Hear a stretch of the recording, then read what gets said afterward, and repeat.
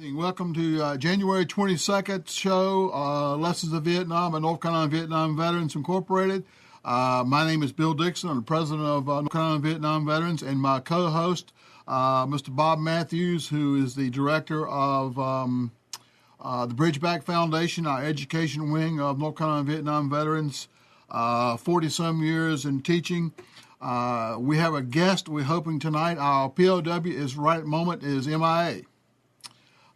He's lost, but we hope he's going to come in before the show is over with.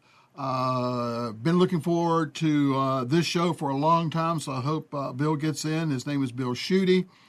And Bob, I think how you got in touch with Bill originally was a story about his helmet appearing in Russia.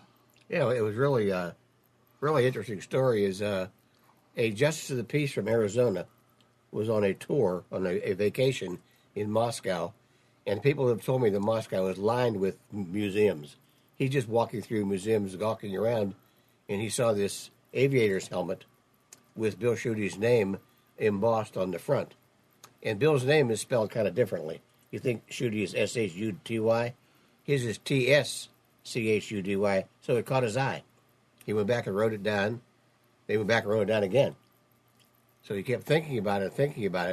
He waited till he got home in Arizona, and he consulted a friend of his that works with the Defense Department, and they researched the name, and he located Bill, of all places, at that time in Raleigh, North Carolina, on Lake Boone Trail.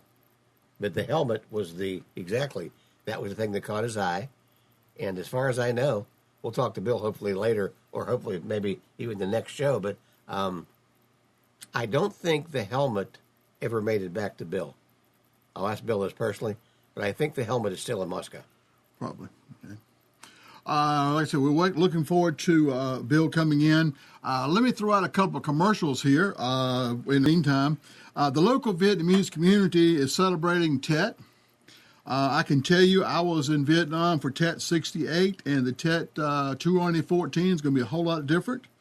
I'm pretty certain nobody will shoot at me or try to blow me up this time. But if you are locally, come join us.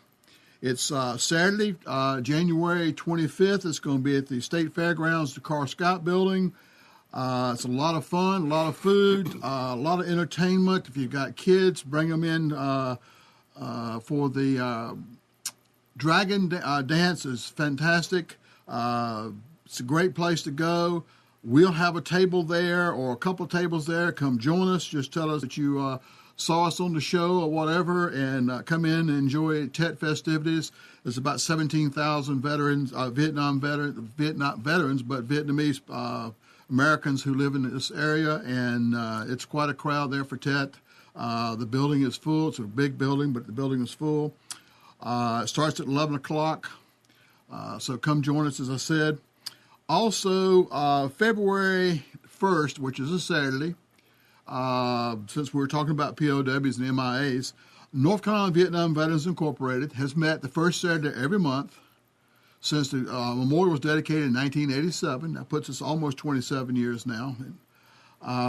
We have met there the first Saturday every month at 12 o'clock, which we call out the names of those who still are missing in action from the war in Southeast Asia. In 87, when we started, it was 65 names. Now we're down to 41 names, and we'll continue holding this ceremony until everybody comes home. We've never missed a first Saturday. Weather has been interesting from time to time, but if you're in the area again on the first Saturday, come join us. We have guest organizations do it from time to time. If you're a member of an organization, would like for your group to come in and read the names and be part of the ceremony, we'd love to have you. Just contact me. And speaking of contacting, call in the show when Bill gets here, or call in. I know you want to ask him some questions. And the number to call in is 919-518-9773. And you can add your part to the show, ask questions, make comments. If you were a Vietnam vet, talk about your time in Vietnam. If you were not a Vietnam vet, tell us where you were, what you were doing during the war, or if you're too young for the war. and you have a question or observation, just dial 919-518-9773 and be part of the show. We'd love to have you. And Bob, you got some you want to say about the POWMIA issue before we? I do, because we talked about this before. It's one of the reasons we decided to do a 4-part series on the POWMIA issue, because it is probably the most recognizable symbol all over the country. The black and white flag, it's on bumper stickers everywhere. And the people I talk to, we've had some calls at home about the show, there's that, I guess the best way to describe it, Bill, is there's like that tentative feeling is people really appreciate and honor the ex-POWs from any war they're in, but especially Vietnam and now with Iraq and Afghanistan. But they're afraid to ask questions. They're a little bit afraid to damage them more. And so I was talking to one of my students the other day about it, and he said, well, put yourself in, let's take Bill Tschudy again, put yourself in Bill's place. When he comes back after 7.5 years in captivity, he will never be the same man that he was. He may be stronger, he may be a much better man, but he'll never be the same man he was. And so what I want to ask him, can I use you as a guidepost? Can I ask you the questions? Then you ask Bill the questions. Because he was afraid, not afraid, don't get me wrong, he was a little bit apprehensive to put Bill on the spot and ask questions like this. So we were sitting there, and he called another one of his friends who years ago took the class lessons of Vietnam. And we've never had in any classes except one at Athens Drive and one at Antelope High School, a live ex-POW come in and talk to the kids and take questions. So I said, why don't you shoot the questions at me? I'll share them with Bill Dixon. And as we talk to the POWs we're going to have on the show the next few weeks, we'll give them the same questions. And these kids said they'd listen and so forth. So let me start. One of the first questions he said is, what was the worst thing that happened to you? The very single worst thing, other than being captured in 7.5 years? That's a good question. I said, that's something someone will not forget. But it may be plural. It may be several things. Because sometimes, at least in the movies we always watched, they would do several things to the POWs more than once. If they worked, they'd repeat them. I said, keep going. He said, okay, how about this one? This may be a tough one for a POW. When did you give up, mentally and physically, thinking that we were coming for you? Well, you know, Bob, I read a story from Dan Pitzer, who was out in the jungles. He was not at Hanoi Hilton, whatever. He was out in the jungles. And basically what he said, the ones who gave up did not come home. They died. That everybody had their own, what kept them going was the belief that tomorrow where they were going to be released or tomorrow things will get better. And you know, Bill, I think you have to, because it's one of those things where I would think, and, you know, I tried to measure myself against people like this, and I don't know. I don't think anyone knows how long they last. Might last 5 minutes, might last 5 years. Everybody thinks you're a tough guy or a tough person, but somebody walks in, attempts bodily harm on you, and you say, well, maybe I'll give up what I know. Maybe they'll be better tomorrow. But I think one answer might be, when were we coming to get them? And they would say every day they thought we were coming. Every single day. At least I hope that will be one of the answers. Mm. And so the next question was, when did you forgive the United States? If you did. Because I think that's an important question. Is before you can heal and get back into mainstream of America, I think you have to forgive perhaps the government, perhaps whomever that didn't come to get you, and realize that it's maybe a rough way to say this, but maybe you weren't that important at that time. Well, you know, another part of that question is, when did you forgive the North Vietnamese military, or the Vietnamese people, or your those who had you in prison? I mean, if you did forgive them, yeah. And I think most of the ones POWs I've met and talked with did forgive them, because that would overpower their life for the rest of their life. And most of the ones I've talked with have been pretty successful in life, were able to overcome. We talk about post-traumatic stress for soldiers. They bound to have their own form of post-traumatic stress that just it's got to be unbelievable. Some of the things that I have read that they went through, and some of the torture and so forth that they've gone through. And like we talked the other day, a few months ago, we were sitting in a restaurant, and we wear these hats a lot. And one fellow walked in, had a hat on like this. And one of our normal greetings with an individual is, "When were you in Vietnam?" And he said, "Last night." And we looked at each other and we said, "What an unusual answer." But let's get back to the subject, the POWs. When were you a POW? When do you forget? If ever. How could you forget? I'm not sure you forget. You just kind of learn to live with it like you do any other, not exactly high point of your life. You learn to live with it, adjust around it.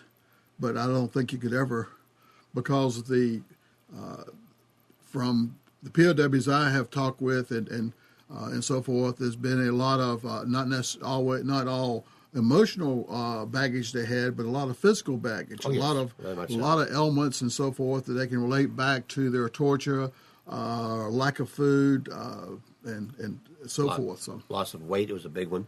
Yeah. And then the couple more questions the students were asking me was, one, they said, when you're in captivity that long, does it enter your mind perhaps suicide? Does suicide enter your mind that during captivity you're so weak and you're so down that maybe killing yourself would be a way out of this? Obviously, it would be for you physically. And I think that's a tough one to ask, but I think it's one we must broach this subject, because most people, when they're down and out, a way out of their situation is suicide. And I'm sure the POWs talked about it if they were strong enough to do it. Well, and originally when they were the first POWs and so forth, were kept isolated so much, and that had to be tough because when you're in a group and you can communicate readily with each other, you can feed off each other. Sure. But when you're totally isolated and have not had a chance to talk to someone else, it's hard to have that support. And I imagine there were some who did possibly commit suicide or attempted to commit suicide. Of course, it wasn't a whole lot. They had a whole lot of goodies there as far as to commit suicide with. They didn't have utensils. They didn't have a lot of things that people could use. So that's, but that would be an interesting question to find out just. Because everybody was captured and held at the prisoner camps did not come home. That's true. Some of them did die there. Some of them from torture. And the age-old question we've broached a couple of times on the show is, realistically, if you're talking to a live POW today that's in his 60s, 70s, or even 80s, they would have a crystal clear opinion on if there's anybody left there alive that they think. Now, one thing I do know, that most of these men and their families attend several reunions nationwide. They make friends. They go see them. How you doing? You getting through this? It keeps them going, I'm sure, like it did in captivity. They feed off each other, as you mentioned before, and I'm sure they're on each other's Christmas card list. They see who's still alive, what are you doing, how you doing this. They communicate with each other with information. And that was one of the questions the kids asked was, do these people keep in touch with each other, or when they came home, did they just turn off like a light switch? You were my buddy then, I have my life now, and that's it. Well, after they came home in 1973, Nixon got all of them together for a big dinner. Yes, I remember that. Yep. And it's like being Vietnam veterans, we have a brotherhood. Yes, we do. Not only they are Vietnam veterans of the Brotherhood, but they have the POW Brotherhood, and they were together for so long and got to know each other so well. I'm pretty certain they have kept up together and have reunions. As our last guest, Monica Cash, talked about her ride home that she works with, that they meet, help POWs go to Andersonville, Georgia, which is the famous Civil War prison camp, which is now the national POW camp. They have that where they have the prisoners, and I imagine they do have reunions every year, so forth for the veterans, where they talk about it. Just like we know that the Medal of Honor recipients meet on a regular basis to talk about what they can do. The POWs, I'm certain, meet and talk about the ways to get information out to troops today or the kids today to kind of let them know what it's all about and so forth. I just cannot myself imagine going through some of the treatments that I have read about that they went through and still came out the strong and mostly successful men they have today. I'm not certain I could go through it. I'm pretty stubborn, No. but I've been told. You've been told. I've been told. I don't know that. I don't think so. But I've been told, especially by my wife, that I'm somewhat stubborn. But I think that's one of the things that has to keep you going too. Just being stubborn is I ain't gonna give up, or I'm not gonna let them get the best of me. Well, speaking of wives and of waiting, you and I both, of course, have married lovely women that waited for us for a year or more. Now, you think of Bill Tschudy, who is a married man, has 2 children, and the POWs that came home on Operation Homecoming. Well, Bob, hopefully our MIA has been recovered, and Bob's going to see if we can go out and fetch Bill in. The story of the POW and MIAs is such a controversial subject, not necessarily the POWs, but the MIAs. There's people who swear that we left people there who are still alive. Some of them say that's all a bunch of bull. How you feel, what you feel about it is your own opinion. If you want more information about the POWs in their life and so forth, if you go to the website Victory from Within, they have a full course I've discovered on the POWs from Vietnam.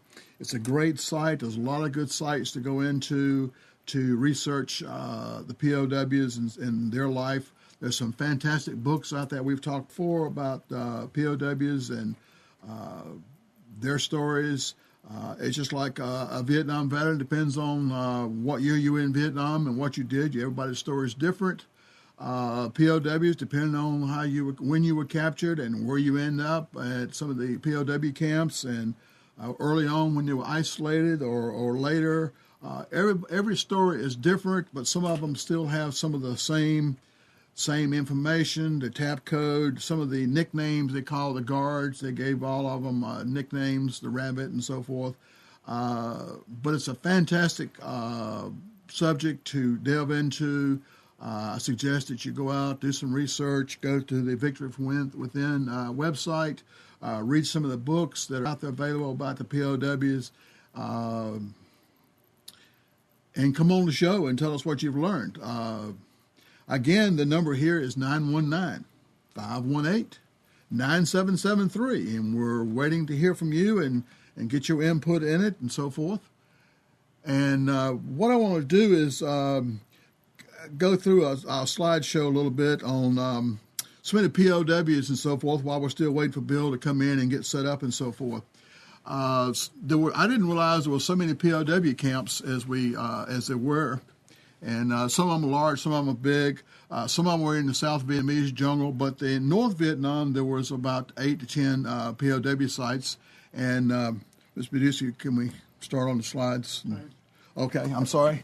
I got to where I can look myself. Okay. Had some interesting names. The Mountain Camp, Dog Patch, Briar Patch, Song Tay, which was called Camp Hope, and I was hoping if I asked Bill exactly why it was called Camp Hope. Faith, Skid Row, Farnsworth, The Rock Pile, Bow Cow, Dirty Bird, Plantation, Alcatraz, and of course the famous Hello or Hanel Hilton POW camp. Fantastic place now to go visit. It's a big complex for tourists and so forth. Part of it, I think, is a condo, and it's interesting to go there and see their propaganda. The zoo annex, and next slide is basically again shows you some of the camps in North Vietnam and how some of them were scattered around in the Hanoi, and then the next picture here is the entrance to the Hanoi Hilton. It's kind of funny. Right inside the door there, they have someone that sells you a ticket, and then you have about 2 steps and somebody gives you a ticket, and then about 4 steps and somebody takes your ticket. I guess they want to make sure everybody has a job there. And most of Hanoi Hilton now is basically how the Vietnamese people were imprisoned by the French. There's a little bit in there about the American prisoner. Bob has a picture of a cot. John McCain, who was shot down, his plane landed in a lake there in Hanoi. There's a camera. There's actually a plaque next to the lake commemorating shooting John down. The only trouble was John McCain's name is spelled wrong on the plaque. The next picture we have is the kind of a layout of the Hanoi Hilton, how it was in North Vietnam, there in Hanoi. As you can see, it's a pretty good sized complex. It had glass on top of it and so forth, and so you didn't escape. The next one we're talking about is POWs at the Briar Patch, and don't have a whole lot of picture of the Briar Patch. It does show a POW in leg irons under a mosquito net, drinking some water and so forth. The next one is a picture and layout of POW camp, the Alcatraz. If you have a chance to go back and look at this show in archives and take some time to look at the layout and so forth of Alcatraz. After that, we have POW camp, the Plantation. It looks kind of like a plantation, I guess, with all the foliage and so forth. The Rock Pile. It was another POW camp in North Vietnam. The next one is, excuse me, I'm having a hard time. The next one is the zoo and layout there, and you can see American POW being tortured in one of those parts of that slide. And of course, the next slide is the famous Song Tay prison, located in Song Tay, and it's where they had a raid to rescue the POWs. And so the Song Tay raid, we'll get into that a little bit more. The Song Tay raid itself was a small. Song Tay was a camp, was small, with a courtyard about 150 by 120 feet. It was surrounded by rice paddies and 4-foot tree line. Had a 7-foot high wall. Had 3 observation towers. It was a camp 23 miles west of Hanoi. On November 21st, 1970, helicopters carrying U.S. Army Special Forces took off to go in to rescue the ones in, there goes our helicopter taking off now, to rescue our prisoners at Song Tay. And the raid had to be done real fast because Song Tay was somewhat in a hot zone. It was headquarters close by with headquarters of the 12th North Vietnamese Army, had 12,000 troops. Close by was an artillery training school, a supply depot, air defense with SAM missiles and anti-aircraft guns, and about 500 yards from that was the secondary school, which was the compound for the guards and so forth. And still, close by was the air base, and I'm not even going to attempt to pronounce the name of the air base, but it was only 20 miles away. The raid lasted 27 minutes, and unfortunately, when they went in, the prisoners were gone, and I'm going to let Bill tell you a little bit about that because he's a little more expert on that. And as I said, to go in more information and so forth, go to some of the websites and look this over. And I'm going to turn it over now to Bob Matthews and Bill Tschudy, and so I can listen. And because anytime Bill's talking, I enjoy listening to Bill because he has all kinds of good stories. He was there, lived the life. Bob Matthews and Bill Tschudy.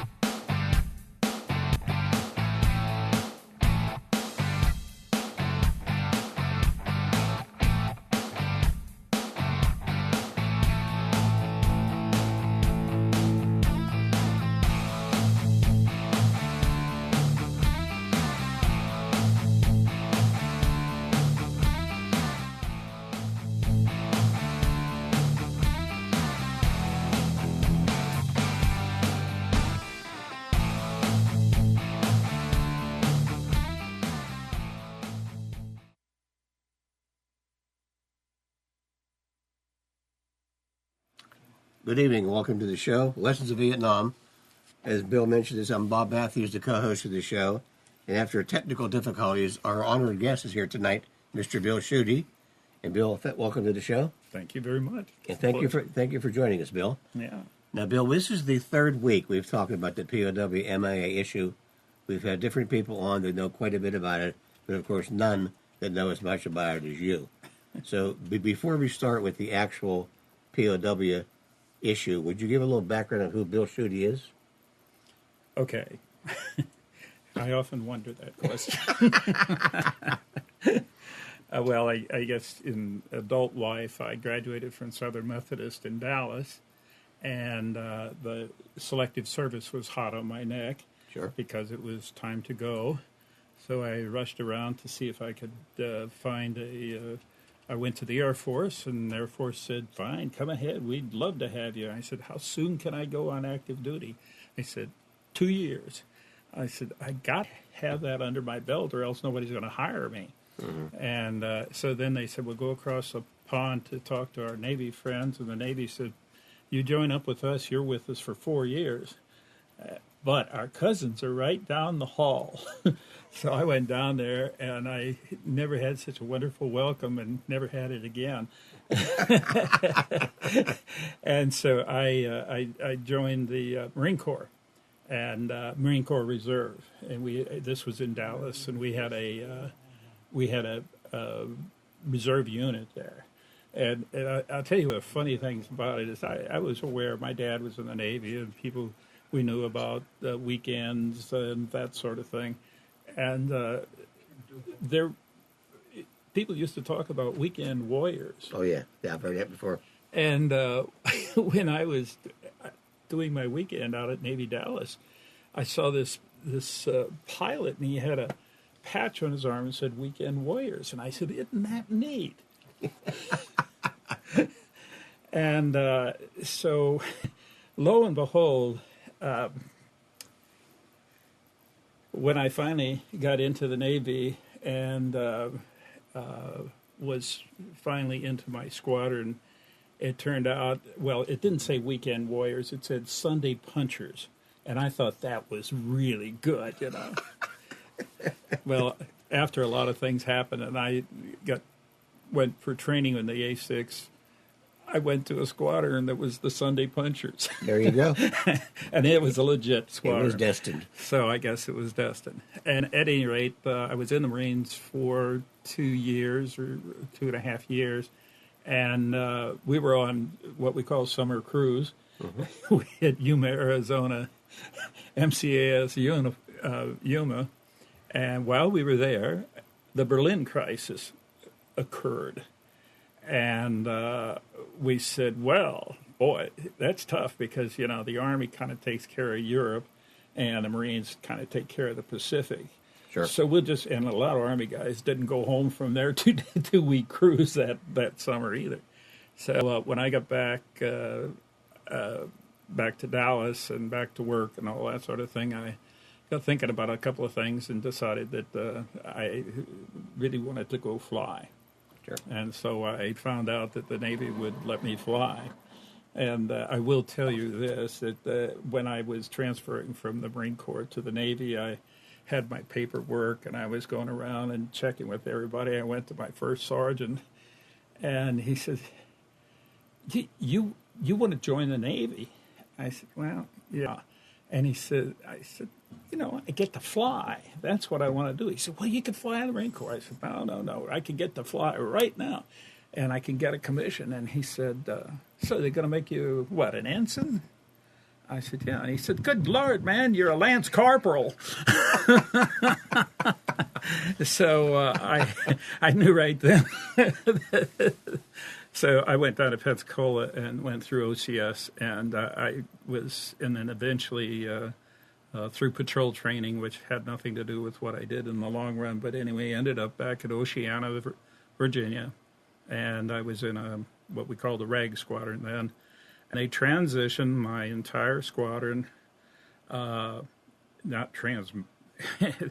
we used to fly prop planes.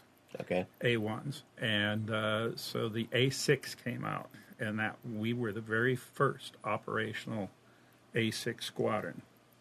And so we went through training as a squadron, and then they decided that they had to get us over to Vietnam. Yeah. Because they wanted to try this airplane. It was a very sophisticated airplane, and they wanted to try it out before the war was over.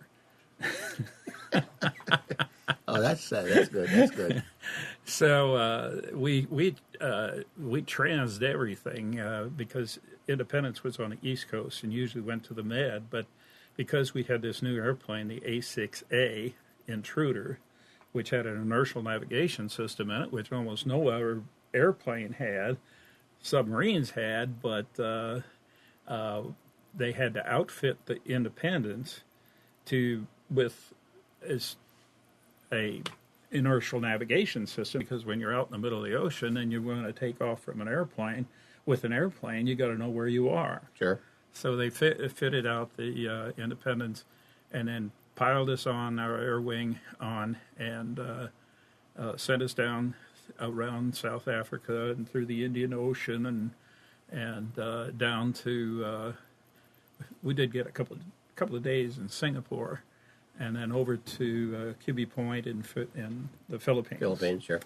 And while we were there, I remember my bunkmate and I were in the officers' club having supper one night, and this single guy came in and sat down, and somehow he said, well, have you been over there to Vietnam? And he said, yeah. He said, I flew a mission this morning. You did? And we were, what's it like?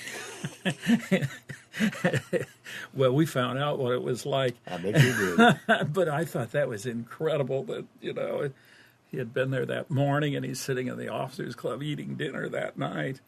So anyway, the ship went up and we were stationed on Yankee Station, which was the northern rendezvous for the U.S. Navy off the North Vietnam coast, and there was another one called Yankee Station. No, we were Yankee. They were Rebel, I guess. Yeah. I can't think of Dixie. Yeah, there was Dixie Station and Yankee Station. Right? And so the planes that were at Dixie flew over South Vietnam, and the planes that were in Yankee, our job was to interdict communications, and that was hauling goods to the south along the famous Highway Number 1, which turned into the famous Ho Chi Minh Trail. Yes. And so our job was to interdict their movement of goods. And so we did that. We tried hard to do that, and we got shot down. But my pilot was Jeremiah Denton, and Jeremiah Denton, you may recall, came back and made admiral, and then he got out of the Navy, and he was a senator from Alabama. Oh, sure. And he's been just incredibly involved in all kinds of things, international intrigue and so on. I let him do that, and I just, I said, I'll grunt for you. Okay. So when I came, but just a quick shot, when I came back, I went to graduate school, thanks to everybody, and then I was at the Pentagon, and then I finally ended up my career at the Naval War College in Newport, Rhode Island. So Very nice. in between there was about 7 years, 7 months, and 7 days. Figuring that was going to come up pretty soon. When I wasn't home. That little sabbatical. That's right. In fact, my son was about 4 months old when I left, when I went to sea, and when I came home, he was almost 8, and it was a good transition. And I like to say that when our daughter was born after we came home, we called them our freedom babies. Everybody had a lot of them. It's very nice. But I like to say, well, my wife picked when she was 4 months old, handed her over to me and said, well, you got her for the next 7.5 years. So let me remind you, please, our guest is Bill Tschudy tonight, the former POW from the Vietnam conflict. And please call in with any questions you have. Our number is 919-518-9773. Now, Bill Dixon and I have done a little preview work with Bill, and we've known Bill for several years. And Bill's been a major contributor to the schools in Wake County, to Lessons of Vietnam, and to answering a lot of questions that the Vietnam veterans who speak in the classes cannot answer. And I put together a few for Bill tonight that I thought you might ask, but I'd like to leave the lines open. And please call in, because we have 2 more weeks of this issue, because we're going to make sure that the POW MIA issue is completely explored and all of your questions are answered. And I think it's big for Bill when I say this, but there's a lot of people that are very interested in this issue and this young man next to me, but they don't know what to ask. So, Bill, let me ask you the first question tonight, okay? Okay.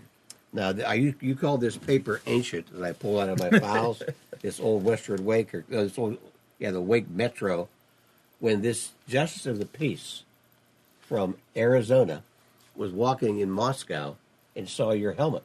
Yes. This started a ball rolling. Well, actually, the helmet, we don't know when exactly. It was in the Russian Army Museum, and they had a display, which I understand, that had my helmet in a .38 pistol, which we used to carry for a signal, and a piece of scrap that was supposed to come from an A4 Skyhawk. Okay. And so everybody, all the Americans who went to Moscow would go through the museum, and then they would wire back to the State Department, helmet from Lieutenant J.G. Bill Tschudy, and so on. And of course, they knew that I was a POW at the time, so they didn't worry. But everybody saw that, and the lawyer went through, and he saw it, and he was very good because he was making things happen, and he ostensibly was helping the Russians with some legal issues. So he was back and forth. In fact, had an apartment in Moscow, I think. No kidding. Yeah. And foxy looking guy.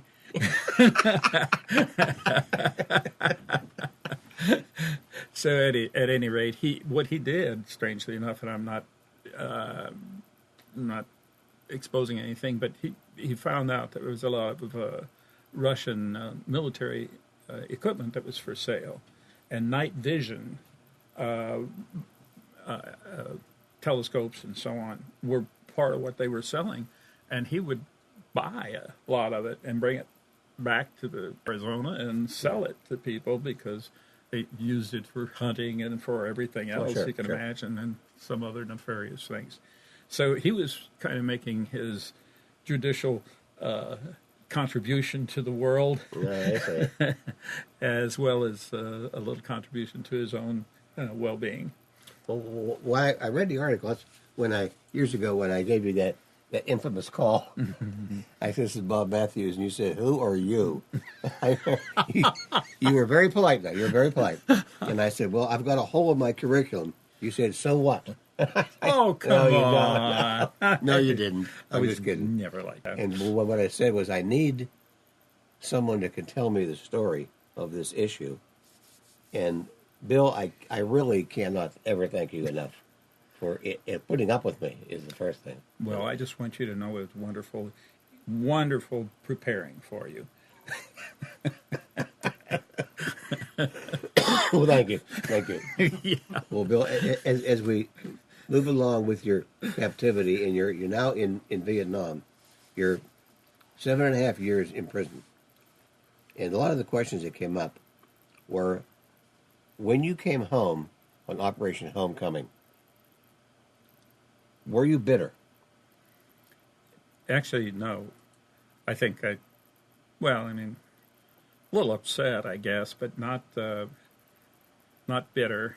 And that had to do with time. We were there. People said, "Don't you hate those people over there?" Yeah, come and go. What are you going to do? They're just like anybody else. But as I told my wife, I said, if I had come home after a year, after 2 years or 3 years, I would have had a completely different feel about the whole thing. But by the time you get up to the 7 years, you pretty much live and let live. And so I don't have any, unlike you, who feels good in helping the Vietnamese, I'd rather help the Americans. I'm not keen on that, although I understand they're very nice and welcoming. Yes, they are. It was an act on their part to some extent in terms of dealing with us, because they were very interested. Almost the first thing they asked about when we got down there was, "Tell us about America. Sure. What do you have?" And then we had some times when some of the fellows actually received some photographs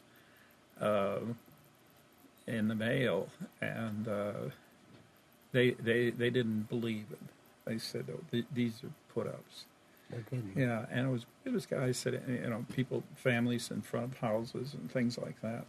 And it's just like when Khrushchev came and they took him to a Yankee game, I think it was, sure. and the Russians, they had brought all these workers in to make it look like they couldn't believe people were there on a weekday afternoon. Like in baseball. Yeah. Everything is a fake there. Well, Bill, when you were talking about before to me, you were talking to share with our listeners tonight, if you would, is what was your communication like among your fellow POWs? Well, the Vietnamese had a strong inclination, as we used to say, to keep us in groups of one, because they apparently studied Korea very carefully, and they decided they weren't going to make the same mistakes that the Koreans did with prisoners. And, of course, they did not capture, and especially in the north, they did not capture in the quantity of people who were captured in the south, in Korea. And so they wanted to keep us each alone, ostensibly did not know any other Americans were there. We couldn't talk to anybody, nobody to talk to. You're in a cell by yourself. And it was I could understand what they were doing, but they weren't very successful at it, because we quickly created communication links and were able to talk to each other through tapping on the walls and doing some other things and finding out who was there. I see. Okay. That was the important thing. And you see what happened was the Vietnamese, foot's asleep. The Vietnamese, when they captured people, they didn't release their names. And so they released some people's names. And since I was with Jerry Denton, and we were number 12 and 13 prisoners in North Vietnam, they were so excited about Jerry because he was the highest ranking person they'd caught. He was a full commander. Mm-hmm. And oh, wow, did that make, and not only that, McNamara was on board our ship the day we took off. Oh, I didn't know that. Oh, yeah. Oh, yeah. And that's all they talked about. That's all they wanted to do. They knew their first interrogation. They said, well, McNamara's on your ship. Yeah, well, yeah, he is. And he said, well, did he lead this flight? And he said, no, he didn't lead the flight. Well, did he plan the flight? No, he didn't. Well, did he fly with you? I said, we don't let civilians fly in Navy airplanes. Okay. And but they were more interested in him than in anything else. In fact, this airplane we were flying was brand new. It had some countermeasures in it. It had some other things. And I didn't know a whole lot about it, but there were some parts that were classified. And Jerry Denton and I both felt that, we could feel the bamboo slits under the fingernails to give frequencies and so on. They didn't ask me anything about the airplane for 2 years. No kidding. No kidding. And the first time they did ask about the airplane was what the Vietnamese like to do is ask you questions that they already knew the answer to or thought they knew the answer to. And so if you were clever, you would listen and they would put the question in such a way you knew that's what they were thinking, and so you would agree with it, and they'd say, aha, I was right all the time, I got a long, funny story about that. But anyway, when I was captured, there were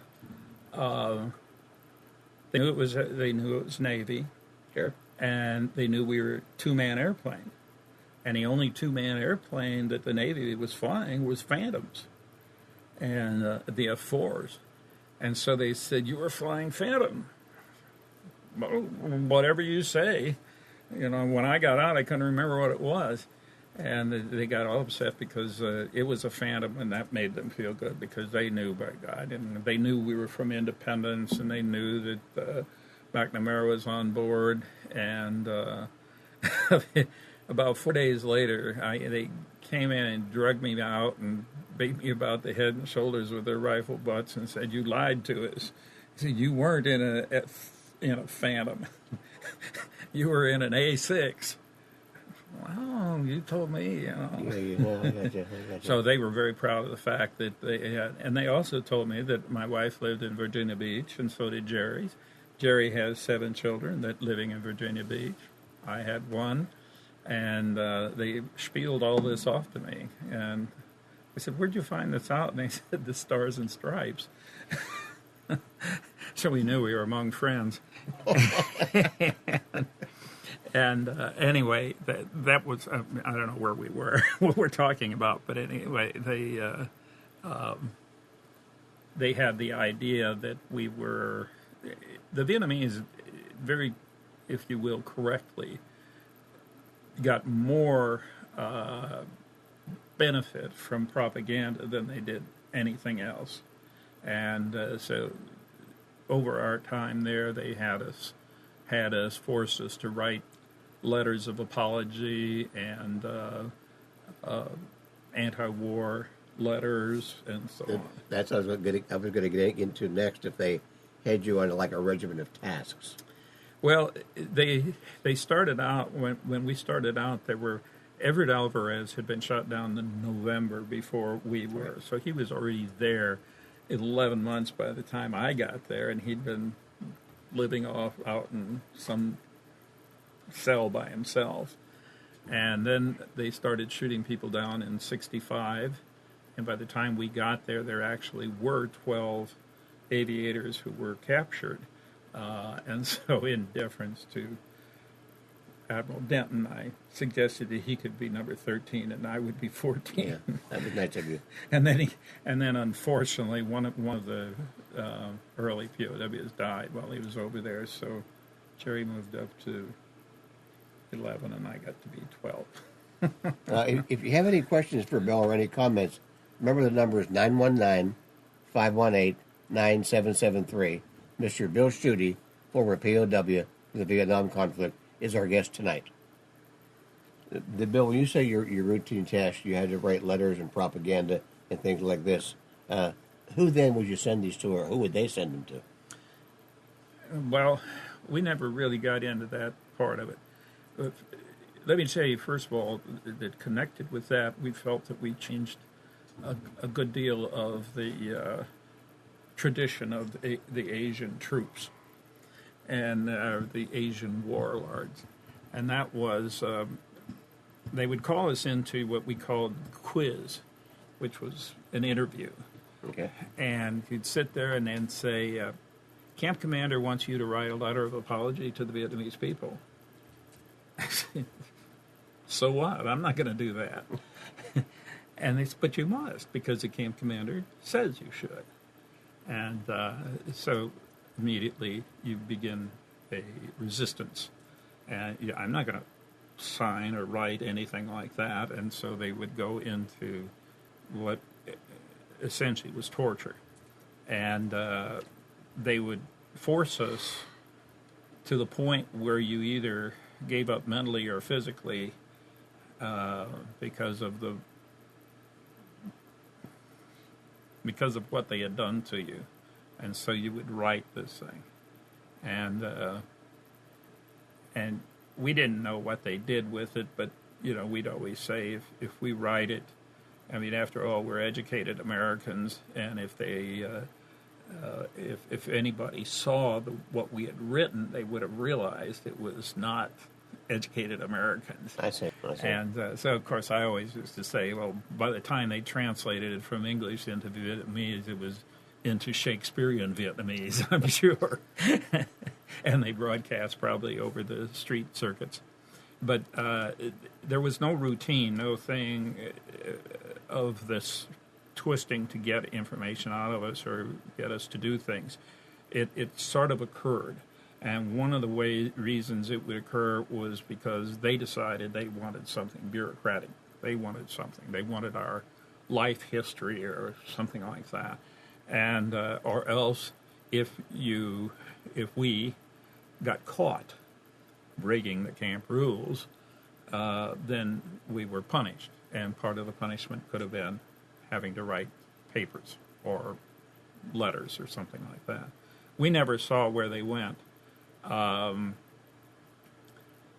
think I heard that Time magazine early in the war had gotten hold of a confession that was written by a fellow who was already up there, Smitty Harris, who's from Charlotte, and they just published it. No introduction, no end to it, and of course it was tainted with allegedly anti-American and pro-Vietnamese things. That was the only thing I heard that ever really got out, but who knows what happened while we were gone, which was a lot, I found out. But I was starting to say not everybody's name was released because the Vietnamese adamantly would not allow the International Red Cross into Vietnam. I remember you telling me that. That's very interesting. The story we got is they would come in to the Gia Lam, the airport in Hanoi, and all the jeeps were broken, and there was no way they could get them out to see the prisoners or anything like that. So consequently, that was a violation of International Agreement on the Treatment of Prisoners of War, 1947. And it was, in our opinion, that they went through each one of the items that's listed in that agreement and broke them, each one of them. Yeah. And so it turned out that we didn't get to work and we didn't get to cook and we didn't get to grow food, although somebody planted an orange seed. And doggone if it didn't grow that high while we were there. That was bad news.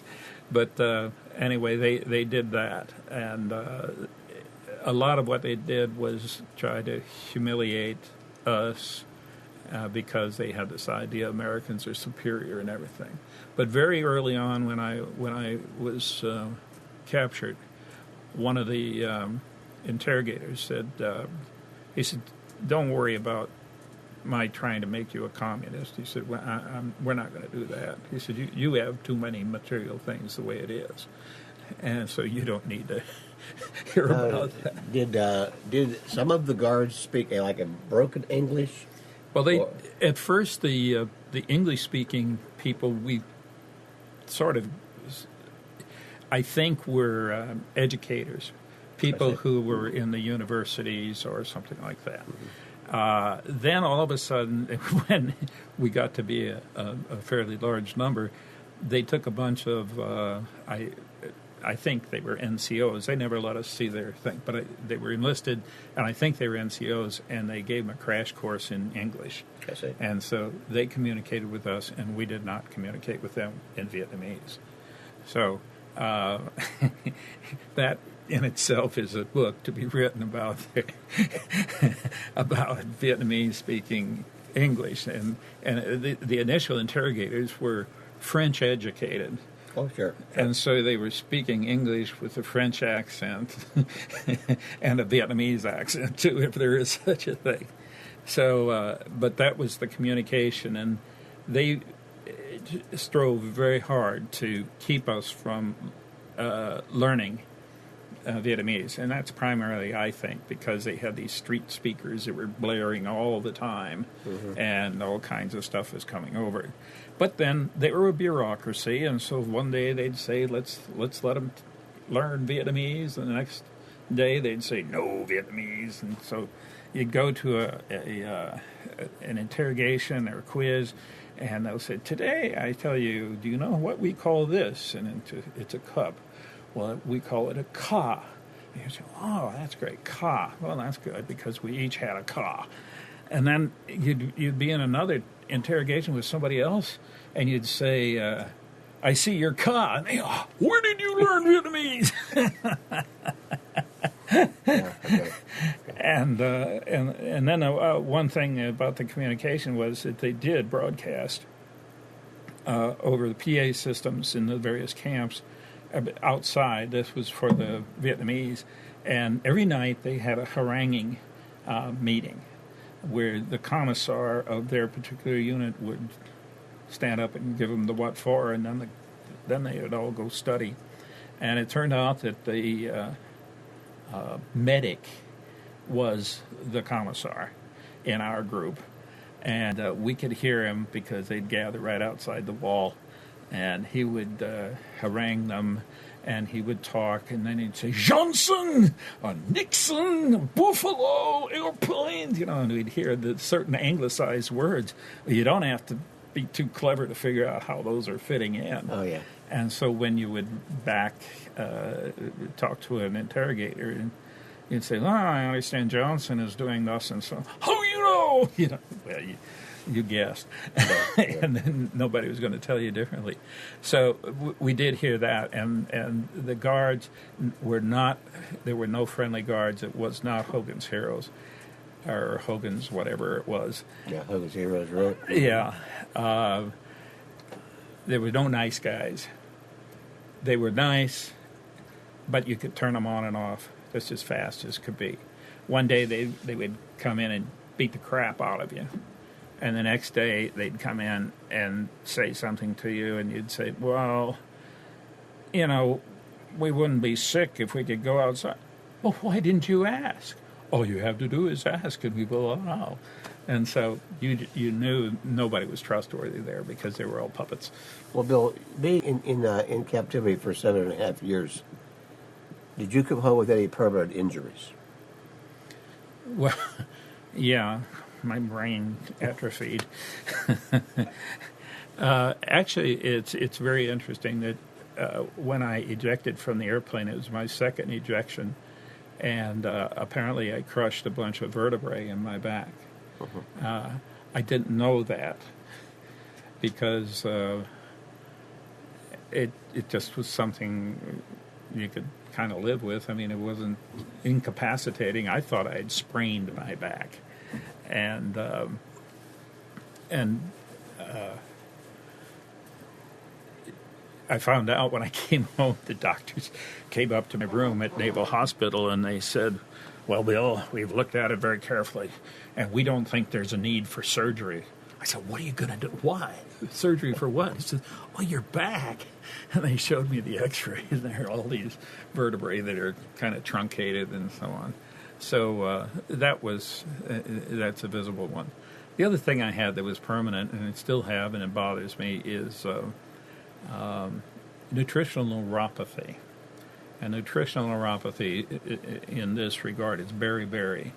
It's not having vitamin B12 or something, one of those. And it affects extremities.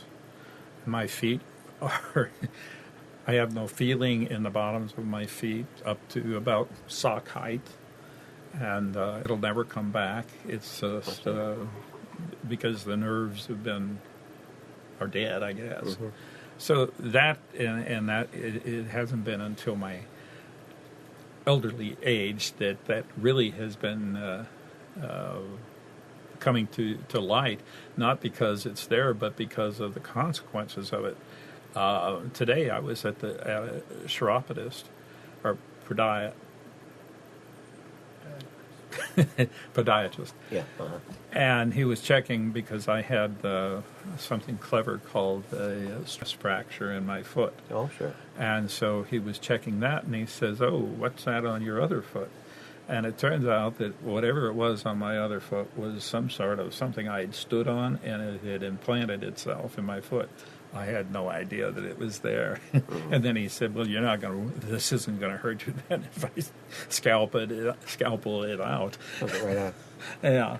So it wasn't all that deep, but it's just, and that was what they told us. They said, you get these creases in your foot and you don't pay any attention, or your skin's not soft, so there's infection and so on can get in there.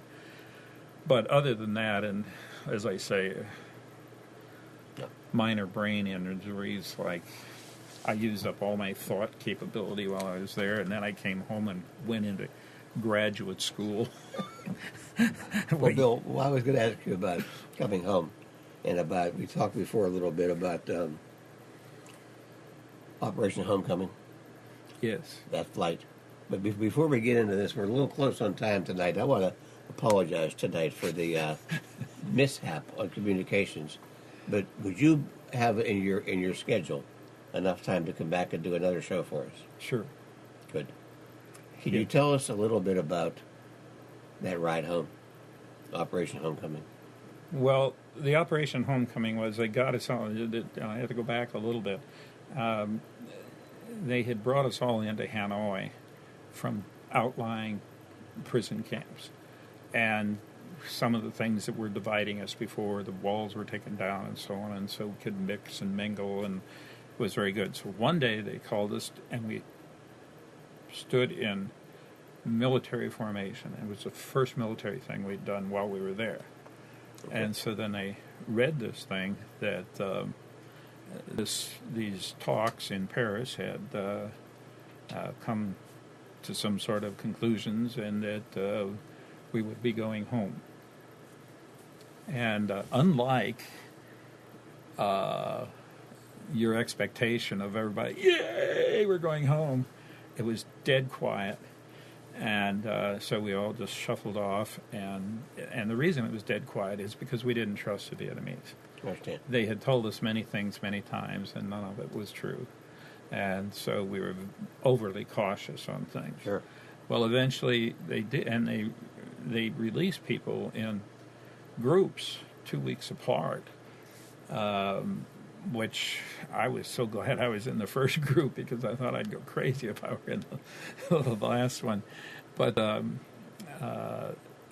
they released us, and they gave us shoes and jackets and things, put us on a bus and carried us out to Geelong, and that was the airfield. And so while we're there, they took us to a holding place. It was just like a big pavilion. And so we're sitting there. It's 10 o'clock in the morning, and we keep on sitting there. And first thing you know, they've decided they got to feed us. So they gave us one of the worst meals we've ever had. It was unbelievable. It was bread with pig fat in it. Oh, I mean, that wasn't the worst. That was on a parallel with the worst. And so we thought, oh, geez, what is this going to be? This is going to be another one of those things. About 4 o'clock tonight, they're going to say, well, I guess they didn't come to get you, so get back on the bus. We're going to go home.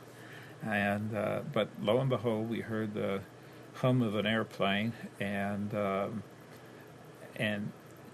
then it was a C-130 came in.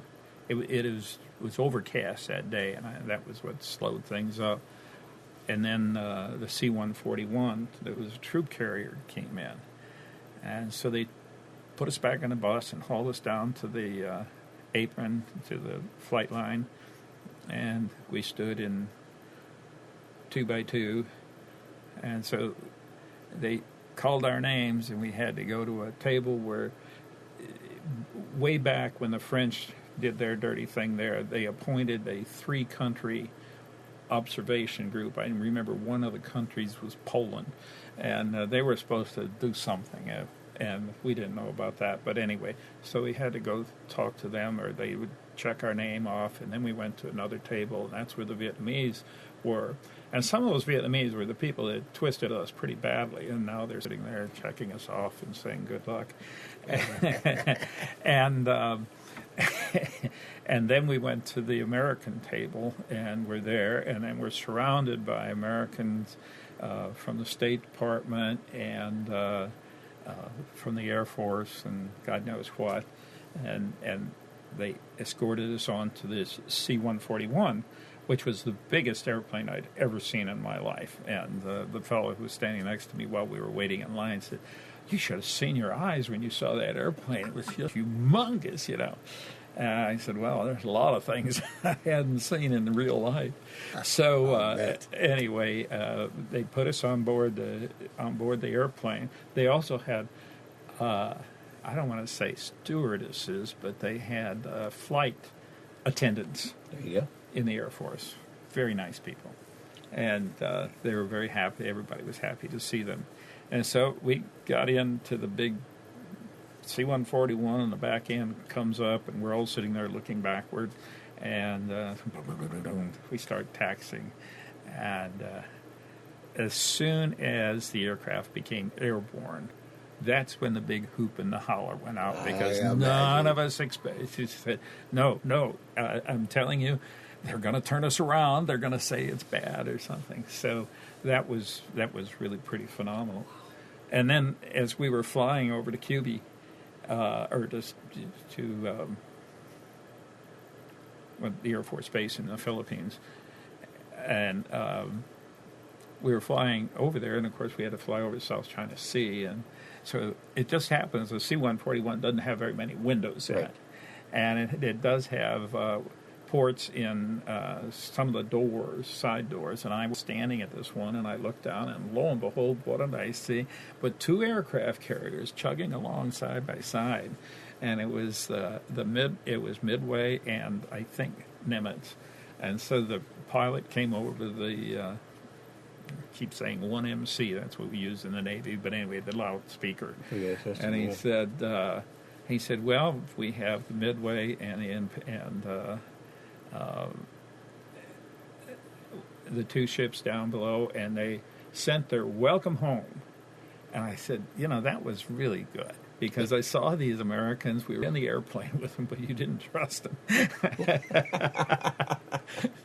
And then the interesting thing was, as we were headed in toward the Philippines, Jerry Denton was the senior man, and he said, I got these boards prepared. What do you think? And so he read them over the 1MC. We all said, well, that was fine. And then we got off the plane. I couldn't believe there were so many people there. And they took us to the hospital, took us up to the 12th deck and the 12th floor, and that was our floor. And, we were standing there, and Denton and I were in the same room, and, doctors and nurses came. Oh, Commander Denton, that's wonderful, or Captain, whatever he was, and he said, "What did I say?"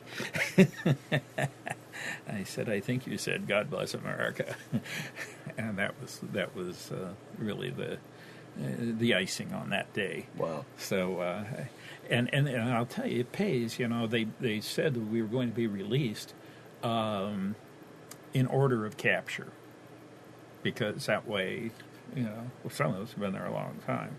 Sure. So I was happy to know that I was released about 2 hours before the guys 2 years after me were released. And they said, "Well, we're not holding any grudges." So anyway, it was good to get back, and very difficult to remain calm. We were just read magazines, and they took us down to the BX, and we walked through and we looked at wristwatches, because they'd taken everything away from us, and we saw all the wristwatches had dates on them, you know, date time. And I remember telling one of the guys I'd lived with, I said, this has got to be a waste. I said, look at all this. I said, because, you know, we memorized every day. You never missed a day. Even if you were unconscious, you woke up and you knew what day it was. And so we laughed about it. And, of course, we all got wristwatches. And I will tell you, the date was probably the most used thing. Yeah, I bet it was. Because people were telling me what to do. So anyway, that was a joyous time coming home, and we all felt very excited about it. And as I say, we were just you couldn't sleep. We had a couple of guys got up and slept on the floor. They couldn't stand the mattress because it was soft. Sure. And they had a lot of magazines, and they had some tapes for us to see, and so. The idea was that these people would get uniforms, and then they would shoot them back to the States. And we each had an aide, and my poor aide was beside himself. His wife was in labor and was going to have twins. I didn't expect too much out of him. And apparently he didn't exert himself too much, because I was... they couldn't figure out why I didn't come home. And I was on the last plane. I said that figures all the time, and the last guy on the last plane, you know, that sort of thing. And so I was there for a couple, 3 days, and they tell me in my hometown, they would say, "Where's Bill? What's happening?" And over at the Naval Hospital, they said, "Why did you guys... Is he in trouble or something?" You know? Where's Bill? Because 4 of us came back at the same time, or 3 of them, and then I came back, and so they had to. The public affairs man had to make an excuse. But you said 4 of them are coming, and there are only 3 of them here, and so I was known as having special information that was had to be debriefed. And boy, when you're at the bottom of the pile, you don't get special information from anybody. Well, Bill, after your ordeal, and you settled back into civilian life a bit, are your contacts still as good as... Were they very good with your ex-POW friends? Did you keep a contact with them, or did you break apart and go your separate ways? Well, it's more breaking apart, and of course now people are dying. But it's like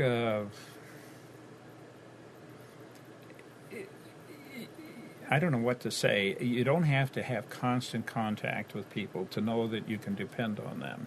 Sure. And that's really what it amounted to. Is I knew if I needed to, I could call this person or that person, and of course we all dispersed here and yon. Some of the fellows stayed in the service. I did. I had 12 and a half years when I came home, so I was in for another 7 years, 7.5. Mm-hmm. And so people were scattered here and there. Some went on to very lucrative military careers, Jerry Denton and being one, and a lot of fellows. And, of course, pilots, when they'd say, when you come back, are you going to stay in? I'd say, listen, I flew in an airplane with an inertial navigation system, and now they've got inertial navigation systems in all the airliners, so they don't need navigators. And the airliners are not bombing much, and there's not much need for used POWs. I'm staying in. Sure. So I did, and which was fine. And we decided, my wife and I decided that my career pattern had been kind of crapped out. Although a lot of fellows came home, boy, they made tracks, and we got several of them made general and admiral and so on. But we just sort of figured that,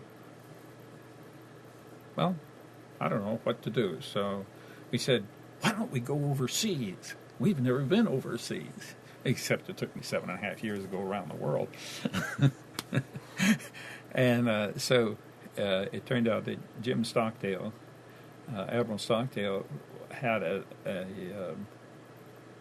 an intelligence slot that he was in the at the Pentagon. Mm-hmm.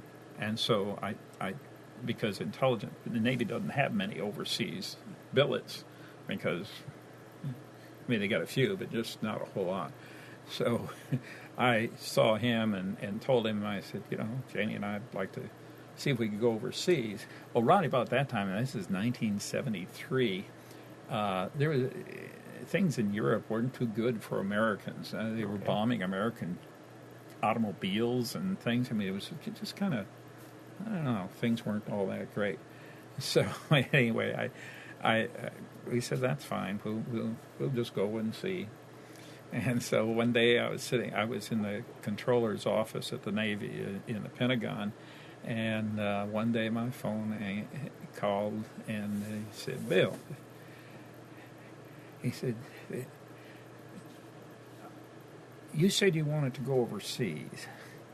I said, well, yeah, I did. And he said, well, how would you like to be on an island?